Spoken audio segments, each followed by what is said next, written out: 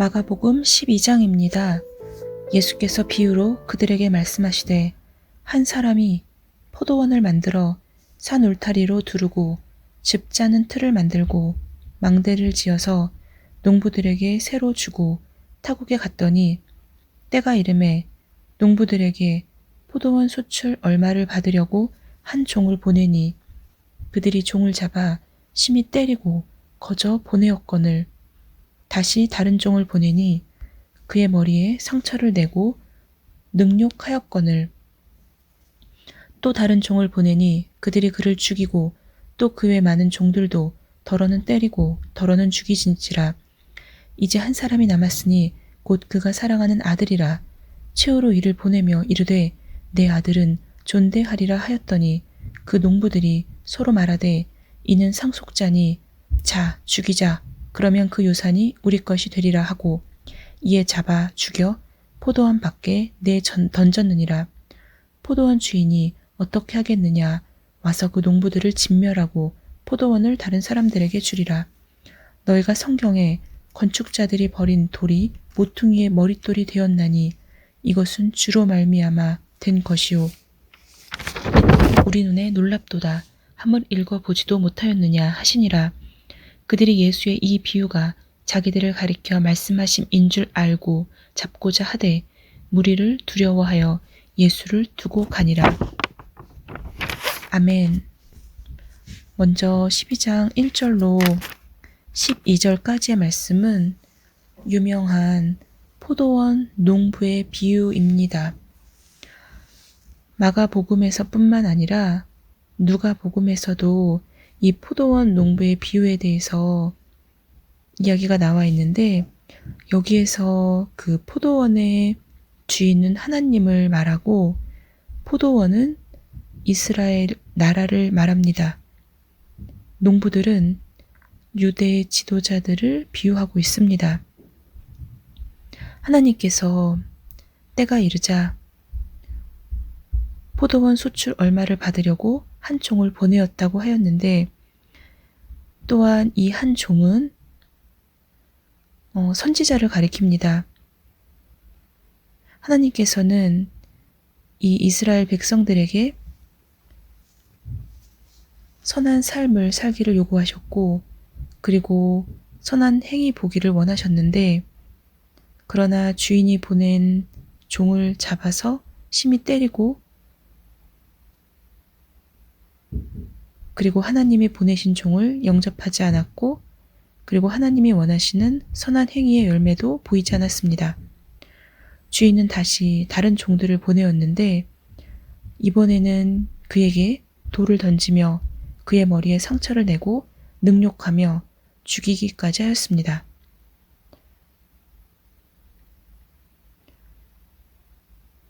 최후로 그의 사랑하는 아들 즉 예수를 보내셨다는 것을 알 수 있는데 이에 대해서 역시 유대인들은 예수를 죽였다고 그렇게 비유로 나와 있습니다. 포도원 주인은 어떻게 하겠느냐라고 했을 때 그는 와서 그 농부들을 진멸하고 포도원을 다른 사람에게 줄 것이라고 이야기하고 있습니다. 이것은 예루살렘의 멸망을 암시하는 것이고 이스라엘 백성은 메시아를 죽인 죄에 대한 대가를 크게 받을 것임을 이야기하고 있습니다. 또 구약의 교회들이 이제 선한 열매를 맺는 자들에게 넘겨질 것임을 또한 암시하고 있습니다.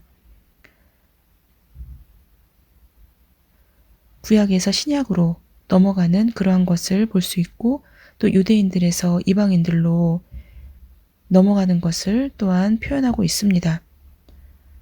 10절, 11절의 말씀 너희가 성경에 건축자들의 버린 돌이 모퉁이의 머릿돌이 되었나니 이것은 주로 말미암아 된 것이요 우리 눈에 기이하도다 함을 읽어보지도 못하였느냐 하시니라. 이 부분은 건축자들은 유대 지도자들을 가리킵니다. 유대 지도자들에게 버림받은 예수 그리스도께서 신약교회의 머릿돌이 되셨음을 이야기하고 있습니다.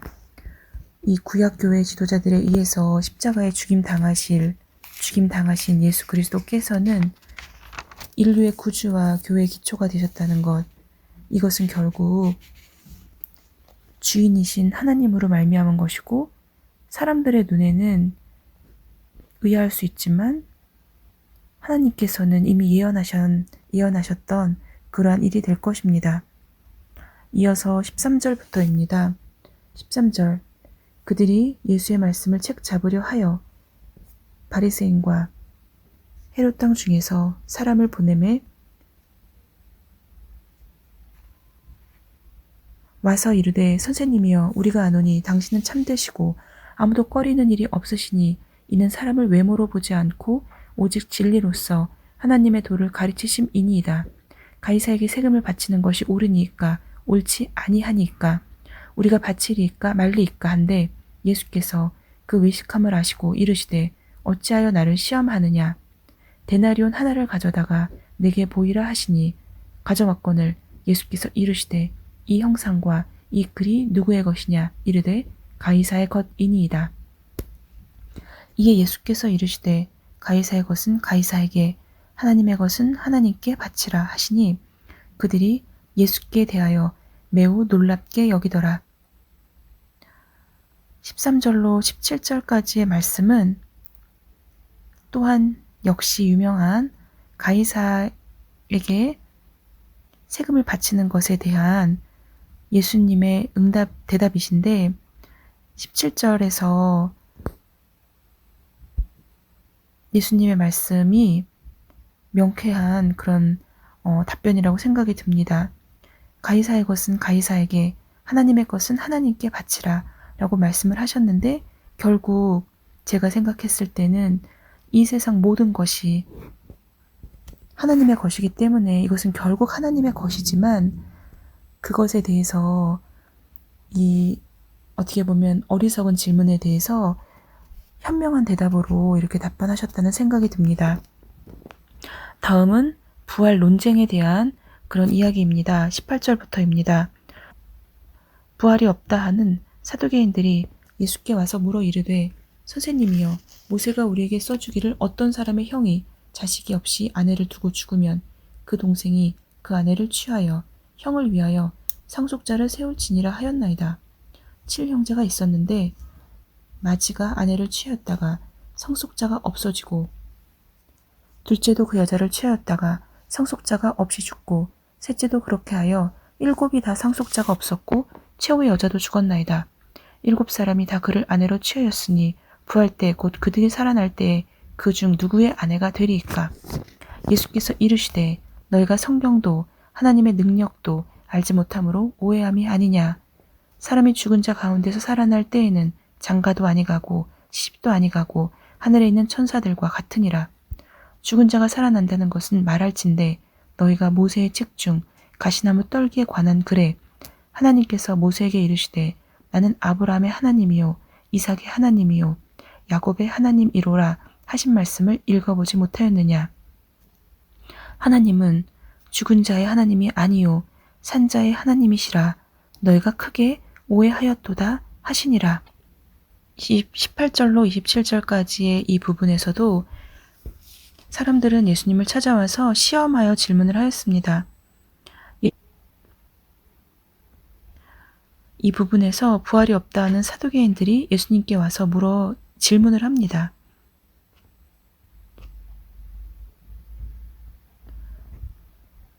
이것은 어떻게 보면 시험하는 질문인데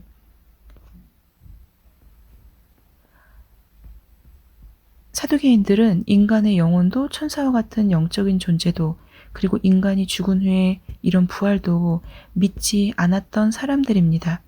사두개인들이 이 예수님의 가르침에는 모순이 있다는 것을 드러내기 위해서 예수님을 시험하는 그런 질문을 하였는데 예수님은 그들의 질문에 너희가 성경도 하나님의 능력도 알지 못함으로 오해함이 아니냐라고 그렇게 말씀을 하십니다.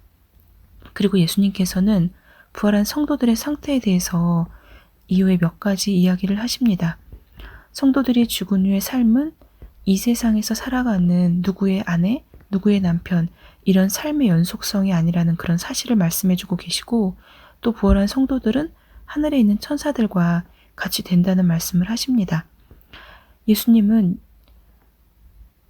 안에 있는 자들의 육체는 죽지만 그 영혼은 여전히 살아있는 존재라는 것을 사두개인들에게 설명하기 위해서 또 다음과 같이 말씀을 하셨습니다. 죽은 자가 살아난다는 것을 말해 본다면 너희가 모세의 책 중 가시나무 떨기에 관한 글에 하나님께서 모세에게 말씀하시기를 나는 아브라함의 하나님이요 이삭의 하나님이요 야곱의 하나님이로라 하신 말씀을 읽어보지 못하였느냐. 하나님은 죽은 자의 하나님이 아니요 산자의 하나님이시라 너희가 크게 오해하였도다. 즉 모세나 아브라함이나 이삭이나 야곱 역시 육신은 죽었지만 그들의 영혼이 살아있는 것처럼, 그래서 산자의 하나님이시라는 그런 말씀을 하였습니다. 이건 역시도 하나님을 시험하기 위해서 질문하신 이들에 대해서 너무나 현명한 그런 답을 하셨다는 생각이 듭니다. 서기관 중 한 사람이 그들이 변론하는 것을 듣고 예수께서 잘 대답하신 줄을 알고 나아 묻되 모든 계명 중에 첫째가 무엇이니까? 예수께서 대답하시되 첫째는 이것이니 이스라엘아 들으라. 주 곧 우리 하나님은 유일한 주시라.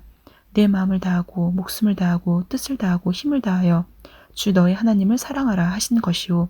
둘째는 이것이니 내 이웃을 내 자신과 같이 사랑하라 하신 것이라. 이보다 더 큰 계명이 없느니라. 서기관이 이르되 선생님이 옳소이다. 하나님은 한 분이시오. 그 외 다른 이가 없다 하신 말씀이 참이니이다. 또 마음을 다하고 지혜를 다하고 힘을 다하여 하나님을 사랑하는 것과 또 이웃을 자기 자신과 같이 사랑하는 것이 전체로 드리는 모든 번제물과 기타 제물보다 나으니이다. 예수께서 그가 지있게 대답함을 보시고 이르시되 내가 하나님의 나라에서 멀지 않도다 하시니 그 후에 감히 묻는 자가 없더라. 이 부분은 우리가 십계명이라고 하는 가장 큰 계명에 대해서 예수님께서 말씀을 하시고 계십니다. 이어서 35절부터입니다. 예수께서 성전에서 가르치실세 대답하여 이르시되 어찌하여 서기관들이 그리스도를 다윗의 자손이라 하느냐. 다윗이 성령에 감동되어 친히 말하되 주께서 내 주께 이르시되 내가 내 원수를 내 발 아래에 둘 때까지 내 우편에 앉으라 하셨도다 하였느니라. 다윗이 그리스도를 주라 하였은즉 어찌 그의 자손이 되겠느냐 하시니 많은 사람들이 즐겁게 듣더라. 35절로 37절까지는 그리스도와 다윗의 자손에 대해서 이야기하고 있는데, 바리새인, 사두개인, 서기관 이런 사람들은 이스라엘을 이끌었던 그 당시의 지식인들이었는데, 구약의 예언에 의하면 그리스도가 다윗의 후손으로 온다고 그렇게 나와 있습니다. 이 부분에 대해서 이야기하고 있습니다. 그런데 다윗은 성령의 감동으로 그 후손으로 왔다고 하는 그 그리스도를 향하여 주라 일컫고 있습니다. 이 내용을 이 지식인들이라고 하는 이 사람들은 이해할 수가 없었습니다. 왜냐하면 후손, 그러니까 다윗의 자손이라고 그리스도를 생각하였기 때문에 오히려 그 후손을 주라고 부르는 그 다윗의 성령, 그것의 감동으로 말하는 그것을 이해할 수 없었다는 것입니다. 그런데 이것은 어차피 이 하나님의 방식에 이것에 대해서 이 당시의 사람들이 자기들의 그런 방식으로 얘기하고 이해하는 것이라고 생각이 듭니다. 다시 말해서 이 하나님의 방식, 그러니까 예수 그리스도께서 이미 다윗의 자손으로 오셨지만 그것은 육신적인 이 세상적인 그런 자손으로 오셨다는 것이고, 하나님의 아들로서의 예수 그리스도를 인정하지 않았던 이 당시의 사람들에 대해서 그렇게 여기서는 이야기하고 있는 것입니다. 오직 예수인 이유는 예수님을 통해서만 하나님을 알고 이해하고 무엇을 해야 하는지를 알 수 있었기 때문에, 하나님을 모르기 때문에 이러한 이 당시에 지식인들이라고는 하지만 이 사실을 전혀 이해하지 못했던 것이 아닐까 생각이 듭니다. 이어서 38절로 40절은 예수께서 가르치실 때에 이르시되 긴 옷을 입고 다니는 것과 시장에서 문안 받는 것과 회당의 높은 자리와 잔치의 윗자리를 원하는 서기관들을 삼가라. 그들은 과부의 가산을 삼키며 외식으로 길게 기도하는 자니 그 받는 판결이 더욱 중하리라 하시니라. 이 부분은 서기관들을 삼가라고 말씀하십니다. 서기관들은 긴 옷을 입고 다니고 시장에서 문안받으며 회당의 상자와 잔치상의 상석을 원하는 그런 사람들이고 과부의 가산을 삼키며 오래 기도하는 것을 자랑하는 그러한 사람들인데 이러한 외형적이고 거칠에 얽매여 있는 이런 사람들을 삼가라고 이야기하십니다.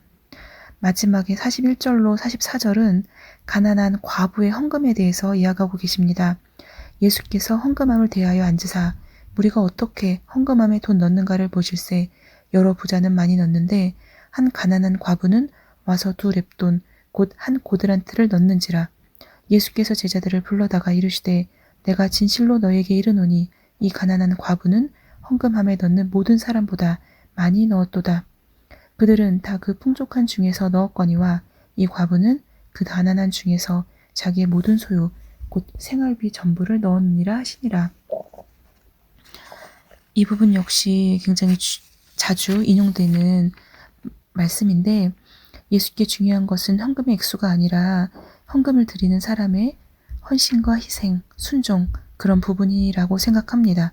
예수께서는 우리의 헌금이 얼마인지 평가하시는 게 아니라 우리가 가진 것 중에 얼마를 그리고 진정 있게 그것을 드렸는지를 보신다는 것, 그것을 저희가 이해해야 되겠습니다. 오늘은 12장을 통해서 여러 가지 말씀을 하셨는데 특히 포도원 농부의 비유 그리고 마지막에 가난한 과부의 헌금 이런 말씀들이 예수께서 그 당시에 진정으로 하나님의 아들로서 이 땅에 오신 그 예수의 그리고 하나님의 말씀인 그 성경을 제대로 이해하지 못하고 있는 사람들에 대해서 여러 가지 질문에 대한 답을 하시면서 가르쳐주고 계십니다. 오늘 하루도 주님 안에서 승리하는 하루 되시기를 소망합니다. 샬롬.